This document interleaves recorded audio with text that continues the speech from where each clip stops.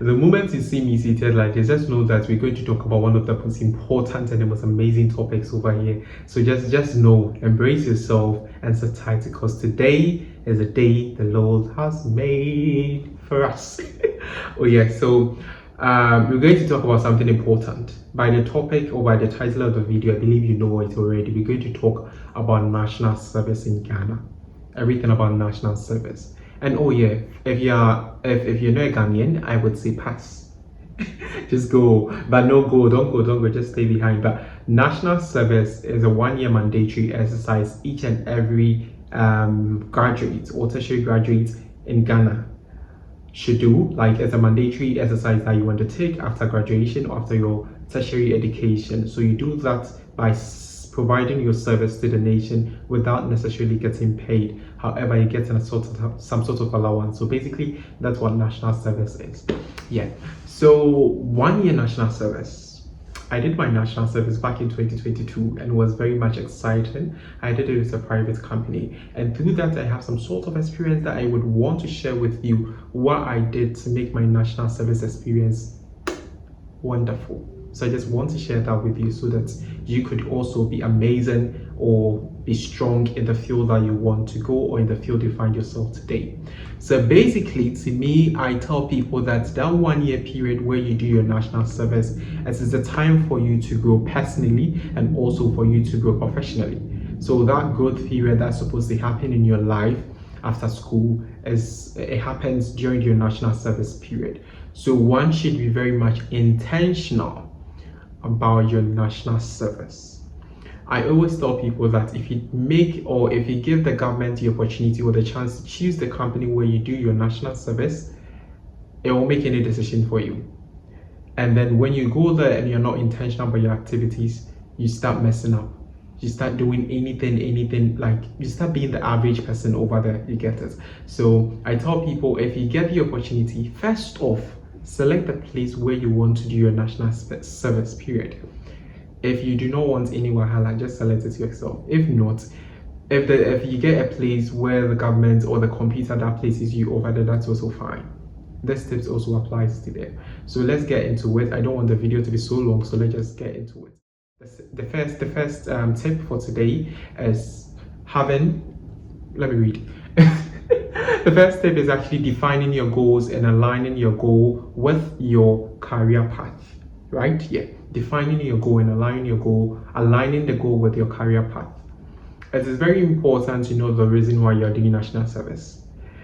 I know it's a mandatory exercise that you're supposed to do. However, you do not just go in to do your national service with zero plans. You have to have a plan before you do your national service. So make sure that you have a book or you have a well-written document that stipulates each and every plan that you have for yourself for national service.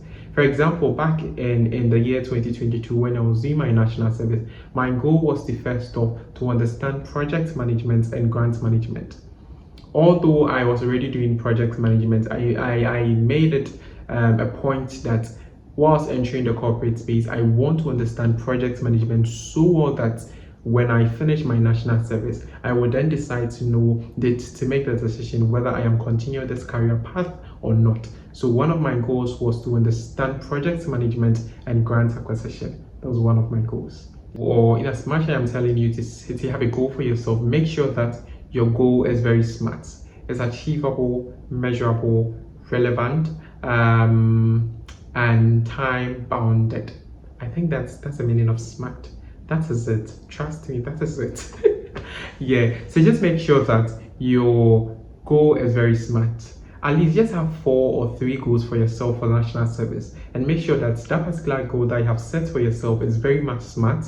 It's measurable, achievable, it's relevant, it's time bounded. Make sure that everything about it's good. You get it? So you set the goals, you write it down, and you follow it accordingly.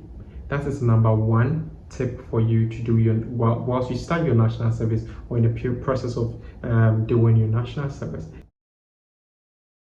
The second point is to identify your role at the company that you work with. You cannot just work with any company for the sake of your national service. So you are just there because you're supposed to be there. And each day, day in, day out, people refer to you as a national service personnel. You should know the department you're working at. You should know the roles and the responsibilities that you are supposed to undertake. So let's say you work with operations, the operations team. Your role basically relates to the operations team. So when you go out and people ask you, where do you work? You don't just say, oh, I work in let's say I work in customs and then I'm a national service personnel over there. That's not good. You have to tell the people, I am operations associate at customs. You get this? Or research associate at customs. You have to tell the people. That is where you start marketing yourself, or that is where you start branding yourself, so that after your national service and you're going to look for job, you'll be able to look for job in that particular regard. A lot of people graduate or finish their national service and do not know where to go again because they fail to identify their role during their national service. So when they go out and they ask them, okay, who paid you, ma? What role are you vying for? What portfolio do you look forward to having? Or yes, basically, then they'll be like, oh, whatever role you give me, I am ready to accept it. However, during your national service, maybe you were working with administration in projects, but because you did not identify and understand your roles, you end up not being able to say anything relevant when people ask you. So first off, set your goals. Second, identify your roles and responsibility in the company. And third, learn your roles and sell yourself. I tell people, I don't know how much I should stress on this particular one. Understand what you are doing. Understand the nitty-gritty of what you are doing. If you're supposed to do projects, understand the roles and the responsibility of a project manager. You know, I don't know how much I should stress on that. Do you know why you should understand it? So that when you go out and people ask you, what do you do? Or what are you doing in this particular company? You should be able to sell yourself. It's not about you telling the people about the roles or responsibility of a project manager. It's about relating to that particular role and being able to sell yourself to people to understand that indeed you know what you are doing. You get it? So I tell people, make sure that after identifying your roles, you learn that role and you step out in the market and sell yourself to people so that people can buy you. When you go to the interview or when you go for any particular role interview, you should be able to sell yourself so much that people would be able to understand and then appreciate your efforts and want to recruit you to be part of their team. You get it? Yeah. So learn how to do that. I did learn that, and today I can proudly say that I am working with organizations that I did not actually imagine myself working with them. The paycheck, sometimes I go for certain interviews and I'm marveled with the salary range they mentioned to me. First off, I qualified to be interviewed, meaning that my CV speaks volumes, my cover letter speaks volume. It says that I did something very good. That is why they even granted me an interview in the first place. So it's all boils down to how I saw myself on paper in person, how people see me when I talk to them about what I do.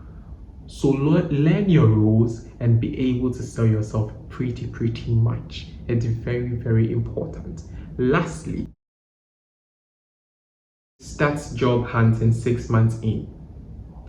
Although the company that you're working with might have the notion that they will pick you, they would want to maintain you. However, you shouldn't limit your options. You should open your baskets very wide that it would accept a number of eggs different from different species. You get it? So you start applying for jobs 6 months in your national service. Please do not forget that.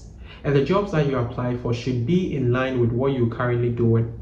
So if you're in project department, all the jobs that you applied for should be in line with project management. And that's very important. If you do that, you would know, if you do that, you start seeing results, and then you come back and tell me that, oh, I practiced this and it worked for me. That is why I'm telling you, because I do believe that if you do practice it, it would also work for you.